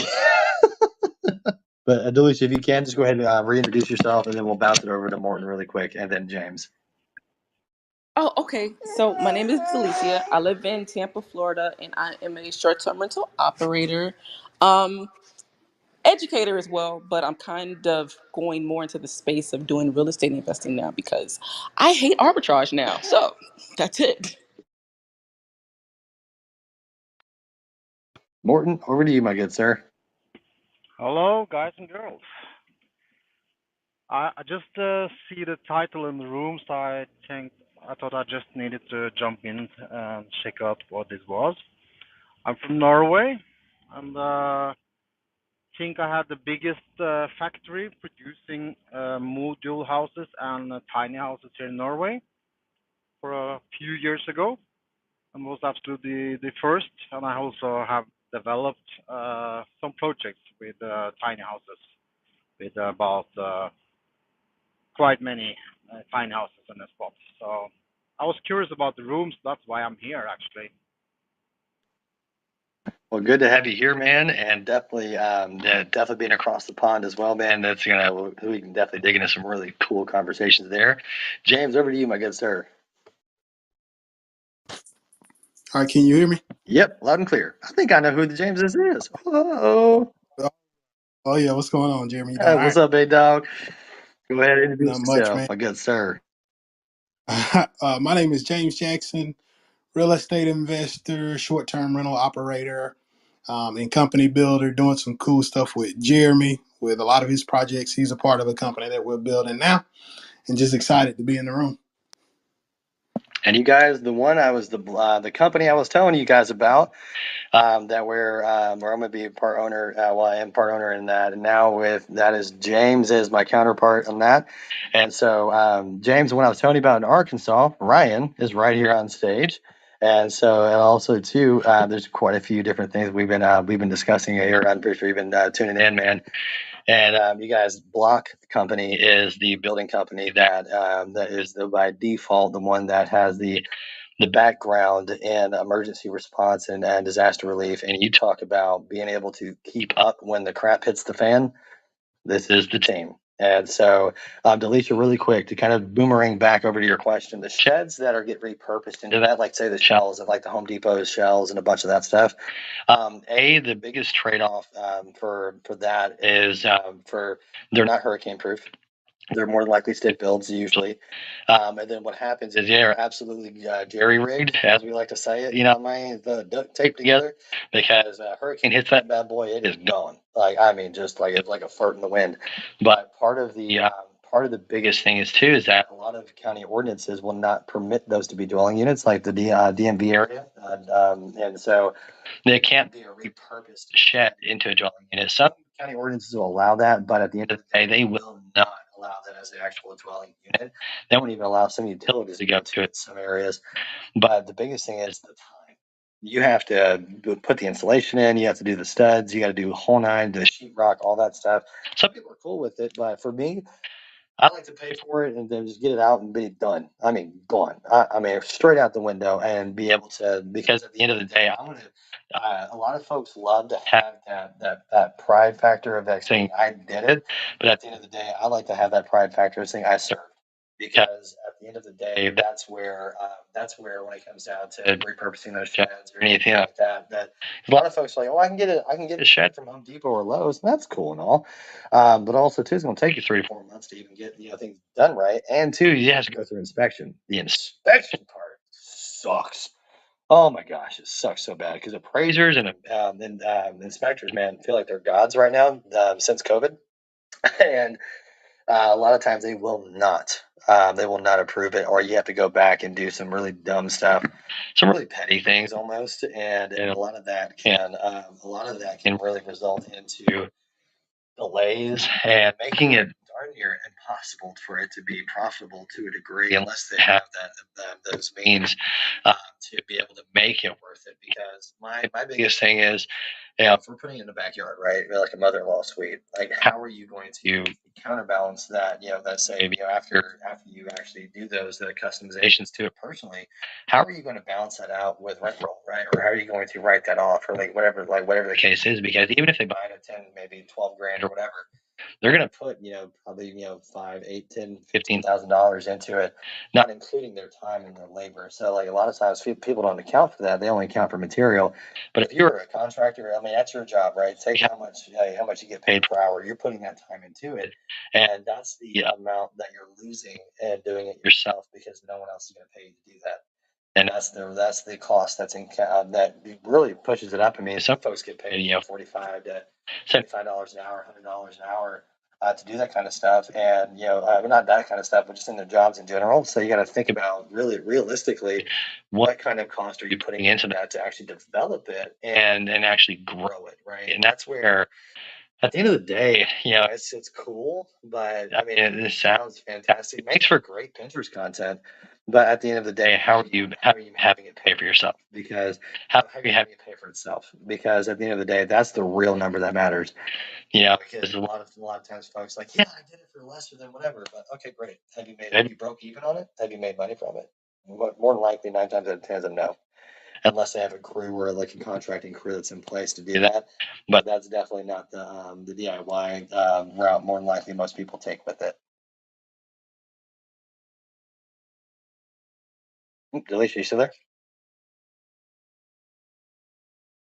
Delisha, that made me feel like an episode of Castaway where I'm screaming Wilson. But Juju, I just want to make sure I saw you on mic. Do you want to add to that? No, I didn't unmic. I had a phone call come in. No worries. Delisha, you there? Yeah, I don't know what's Clubhouse is like not doing what it's supposed to do. So, are tiny homes ever zoned residential? Because just from the little research I've done, I'm sure I'm not completely correct. Most people here in Tampa that do tiny homes or even build a tiny home community, they do it on lots that are zoned for mobile homes, and then they just put the wheels under the tiny home so it qualifies for a mobile home, and they leave it as is. I've never seen a standalone tiny home because I've assumed that maybe it's true that it has to be on a lot that's zoned. Um, what the heck for a mobile home? So am I right or wrong? You're both. And so with that though, so again, it goes back to county ordinances, right? It goes back to what is that plot zone for? In Florida's a different animal. So there's a space and there's a plot in Florida right now that we're actually doing the renderings and planning for. James, I'm gonna bounce that over to the team this coming week once we finalize everything. But that whole plot and property, we're putting it on a slab, and so with it, I believe it's zoned residential or it may be zoned commercial. So we're going to do it as a motel.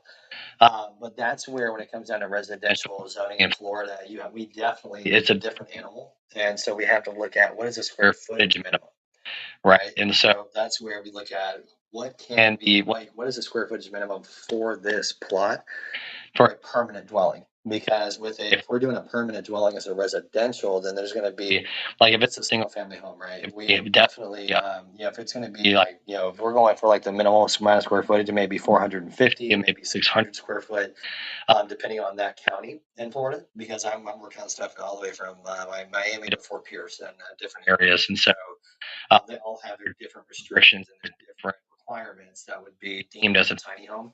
Yeah, mobile home, like having a container home on wheels is going to be RV asset class, or even to mobile home. Sorry, container home. I just said mobile home. I said container home. But the container home on wheels is going to be is really good for RV asset classes for campgrounds, but also too for mobile home parks.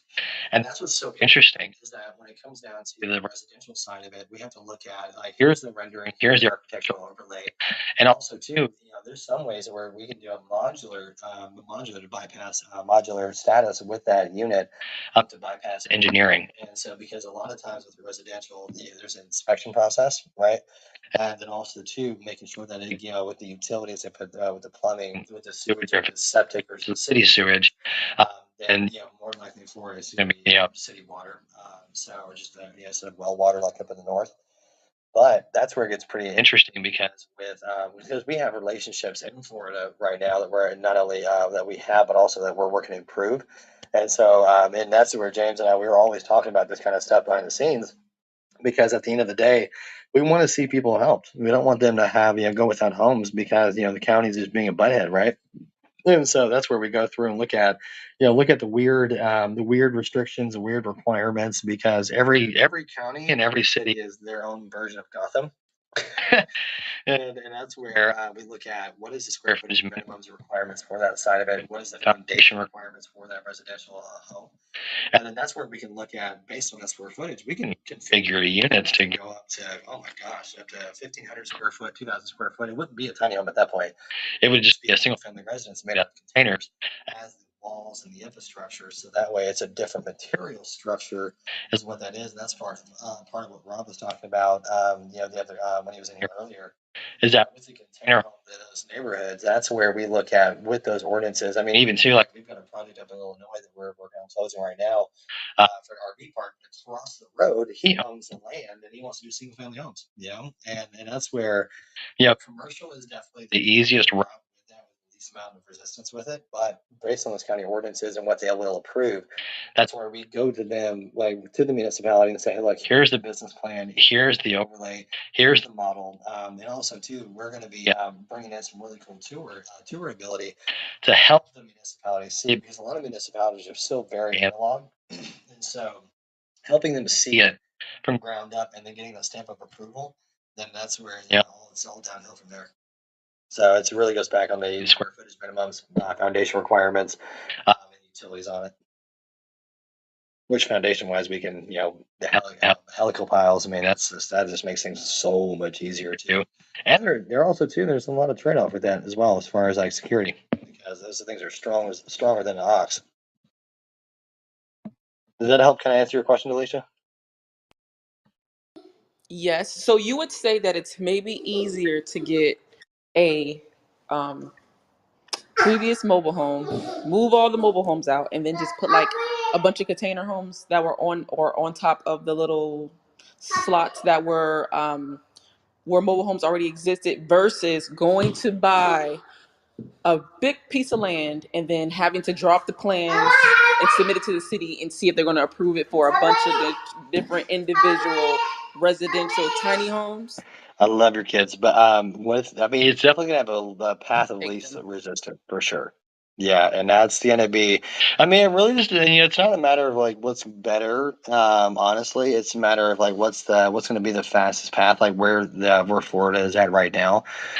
Because some folks may want to just buy that, hold it, get it, hang out for a little bit, because their cash out refi play may be freaking amazing. Yeah, James, go ahead. Yeah, and I think a lot of investors in your area, they are bypassing local codes for speed. A lot of times when you're buying these container homes and these tiny homes, you're trying to get your product out in the market, the short-term rental market, as fast as you can. I'm dealing with a process where I'm trying to get container homes approved in my city that has never really even done modular homes. And I've been working on the process for 3 months, and I probably got another 3 to 5 months just to get the full approval. So a lot of people are putting these on wheels, on helical pile foundations, or just creative foundations, just to be able to get their product out quickly. Yes, you could go the traditional route, get a plan, get a plot of land, and really dig and do everything.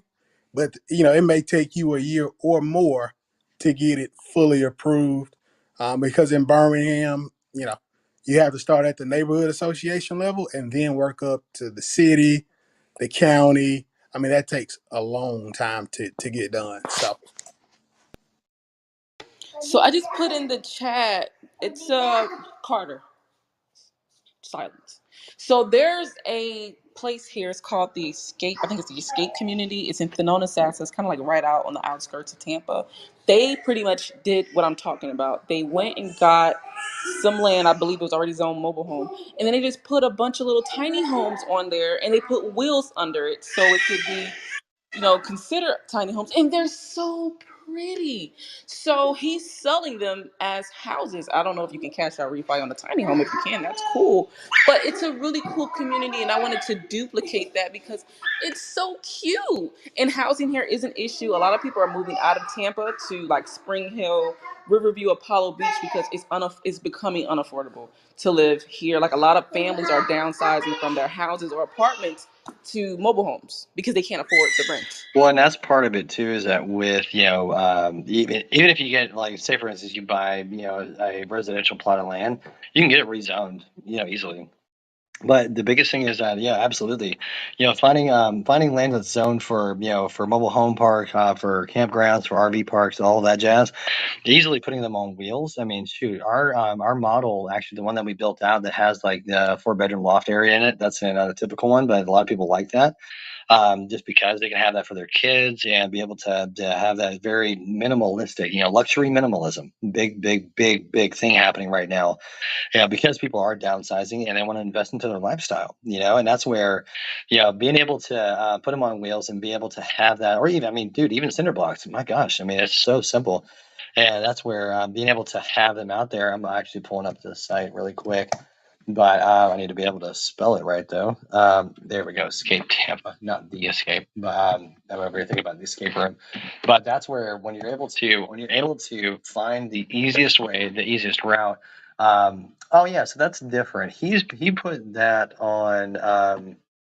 Yeah, so those don't look like they're on. Are they on wheels? It looks like there's a deck in front of it, covering up the wheels. That's usually what we do. Any kind of RV asset that we have, we always make sure that people have it to where they can go out and purchase them, but have a skirt around it.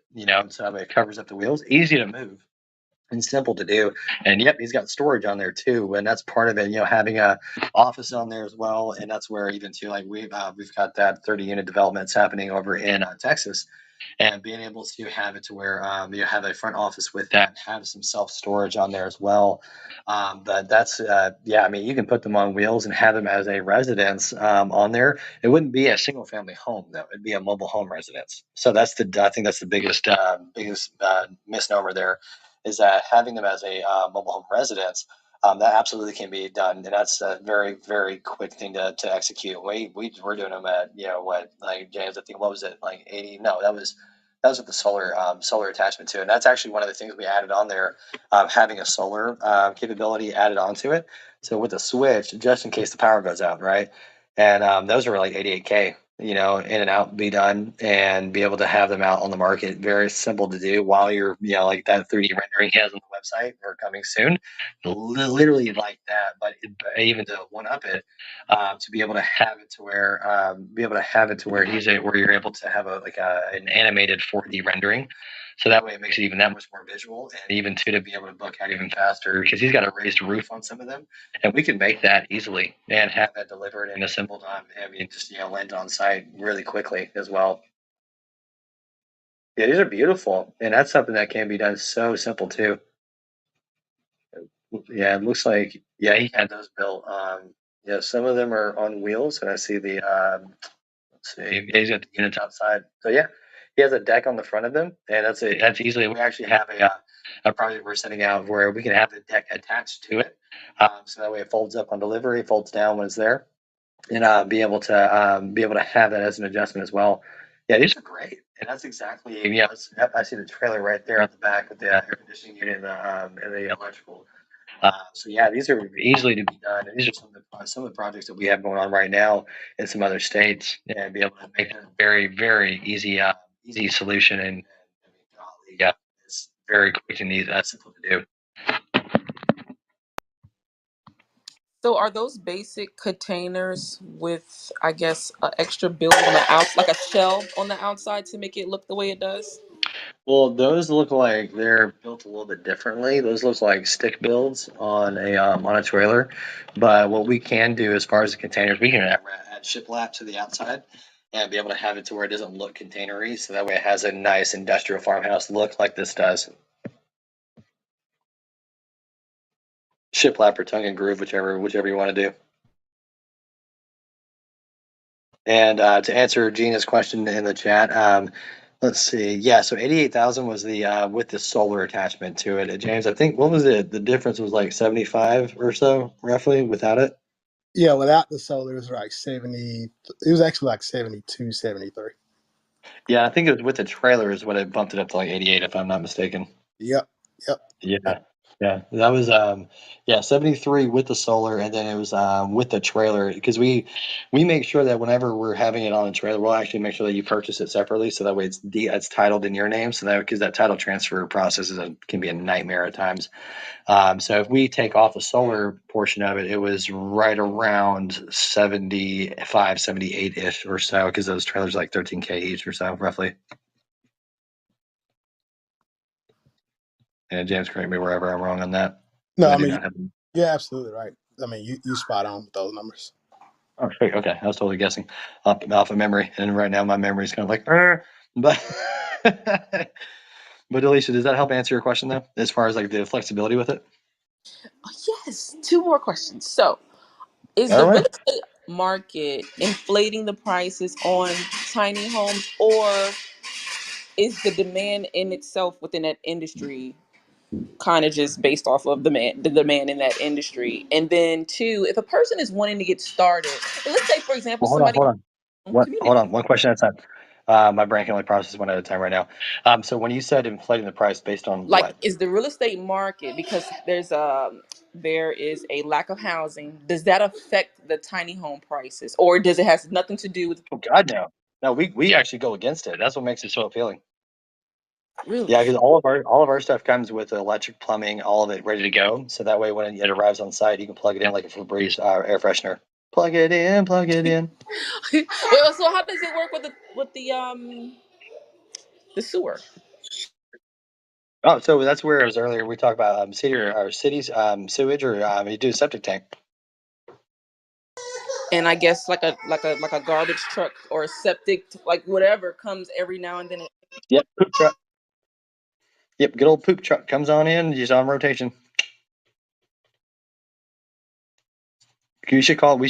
James, we should start a sewage company called the Pooper Scooper. That's disgusting, but but okay. So if a person wanted to build out a tiny home community here, what would your advice be? Where do you start? And are you going to a lender to get some type of, is there some special financing or loans that are out there for stuff like this? Like, where are you starting? Well, I mean, starting with the link up above and book a time with me. But no, we go through all of that. Working backwards. If it's going to be classified as a mobile home park, lending away, absolutely, we've got those people in place. Whether private or retail money, all of that covered, because that's the biggest thing. Like when it comes to the Tiny Home Plug LLC, like it's completely vertically integrated. All the way to tiny home funding, and that's where with because James, he's the other part of the team on the building side of it. That's where we really, really work to make sure you get the term rates that you're wanting. Also, too, with the lender, that's not going to be a jacktard on stuff, and then they actually understand the development, because not every lender is built the same. That is a fact. And so, we work backwards with that. And that's what I was saying earlier, is that with your business model, the renderings, getting the approvals, the engineering, all that stuff goes into play in getting better approval odds for the lenders. Whomever it is, if it's somebody that's coming in, a silent partner to fund that whole deal, they give you terms on that. Or if we go through a hang on, we gotta make sure she's got a phone call.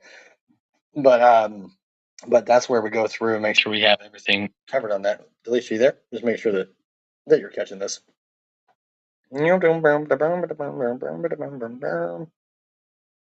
Delisha. If But I could touch on the lending side from what my experience is too, Jeremy. yeah, hang on one second. I want to make sure she got that though. She And that way, He had a call come in, Jeremy. That's what that yeah, I icon. know. Yeah, I just want to make sure she caught that. But it'll be on the replays too. But yeah, going back into all of that, making sure that when we have all those right pieces in place, that's where we go through and make sure that we have that to present to the right lender. But James, go ahead and jump in, then we'll bounce over to Ryan real quick. No, I didn't have anything to say. Ryan, you can go ahead. Oh, go ahead, Ryan.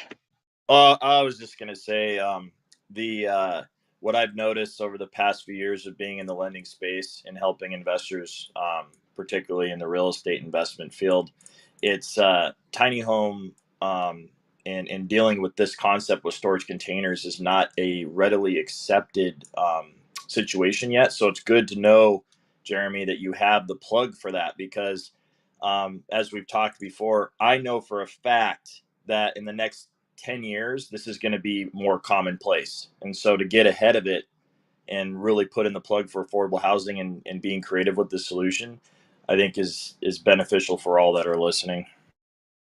Amen to that, man. And that's what's so, and that was the biggest hindrance with a lot of projects, over the past, 6 months.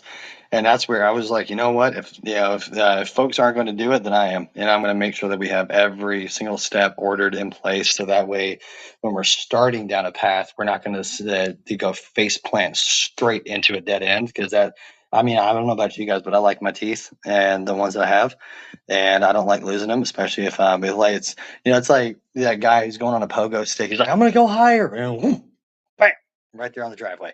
And it's like, man, and that's the suckiest part about it is that where being able to have not just for like the initial build, but also too like see that trucker stay, man, that's going to be a 300 unit development, and that's going to build into 150 different builds, double stack, triple stack, you name it.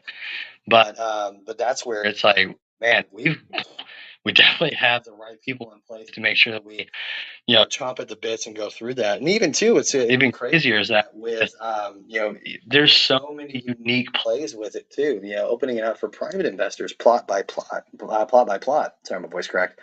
But plot by plot, to be able to say, hey, look, we're going to be able to knock this out, and say, hey, look, we're going to be able to even too down the road refinance on different things that are modular, that are mobile home assets, etc., and see where can we bring it into specific categories that are already available, but also too with lenders that are going to take the risk on it and do it because it is fairly fresh, and be able to hey, look, with these numbers, I'm going to make sure that you freaking I'm going to keep your feet to the fire, because at the end of the day, if we're doing a balloon payment on 30 or plus more units, man, we're going to make sure you're going to hit your payments and be sustainable. Because at the end of the day, I'm not about to have my name dragged through the mud on stuff either. I'm going to make sure that you've got every single nook and cranny covered, because at the end of the day, you have got to have a good game plan in place and a business plan. And that's one of the biggest things these lenders are looking for. And that's part of why it's so important to have everything thought through, so that way you're not having to face plant at the end of the day, because the lender's going to come back and say, well, I don't know about all this, man. There's no systems in place. You don't have a marketing plan in place. Who are you actually going to serve? What's the game plan for the first 90 days? How are you going to make your payments? Because at the end of that, and Ryan, that's what we were talking about, the holding costs. The banks still want their money. The lenders still want their money, even though you're not making it.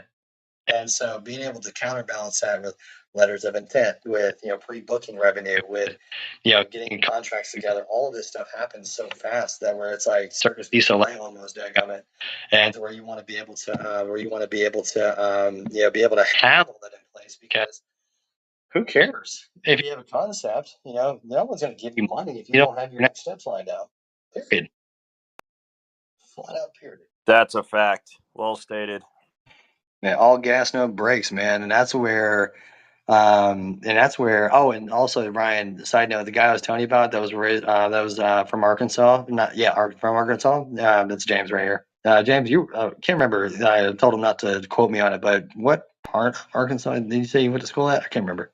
Yeah, so if you're from Arkansas, I went to Henderson State, which isn't too far from Camden at all. I think it's about 45 minutes to an hour. So I'm ready through and through. Nice. Yeah, it's a pretty interesting opportunity that was sourced.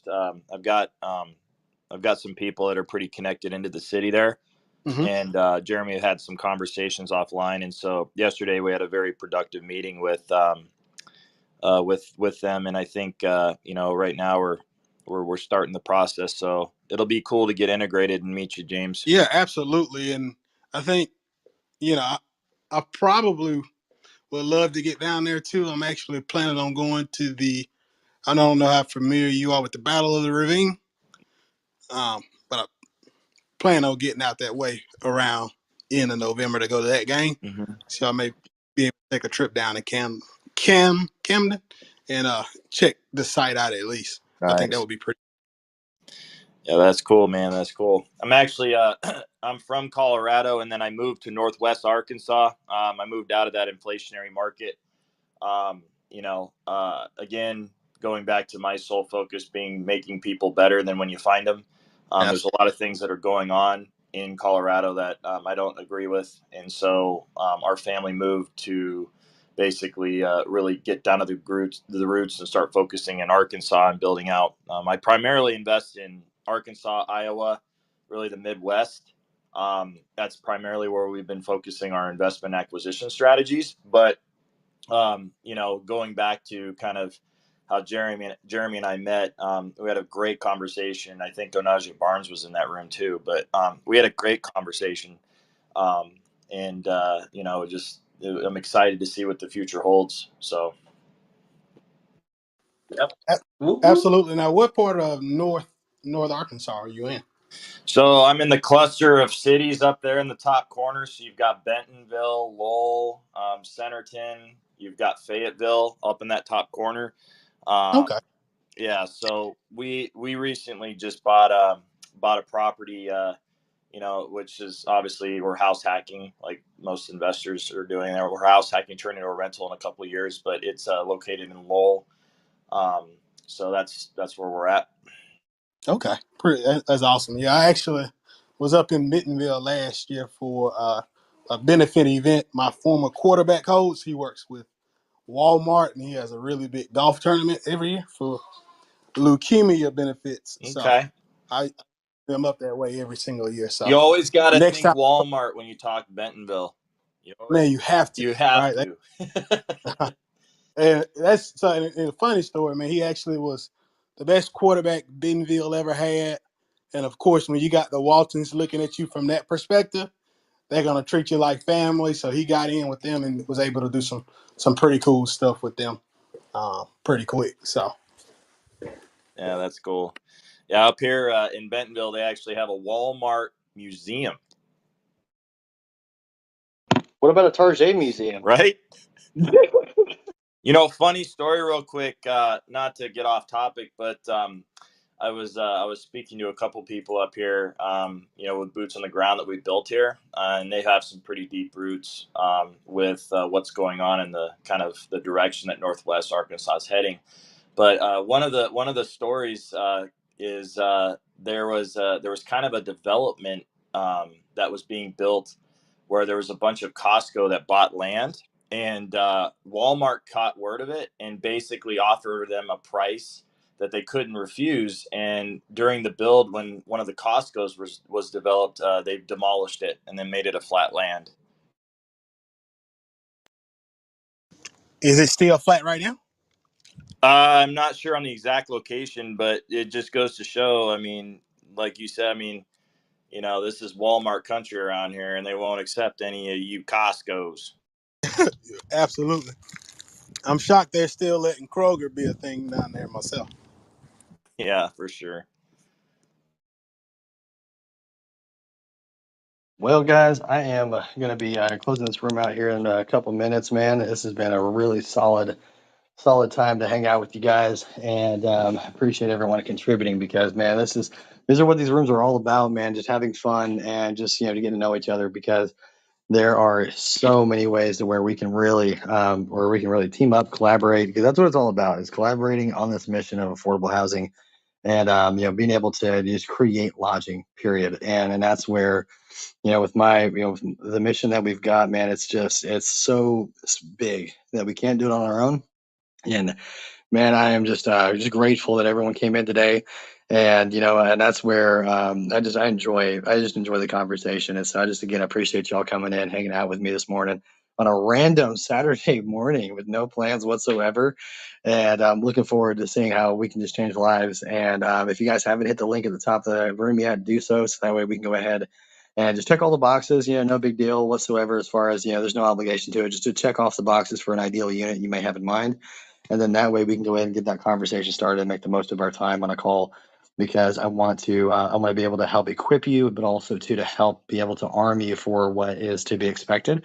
And that way you don't step in any unknown bear traps. So guys, I appreciate y'all coming in again. And man, I can't wait to see what happens. And so again, I appreciate y'all and I will catch y'all.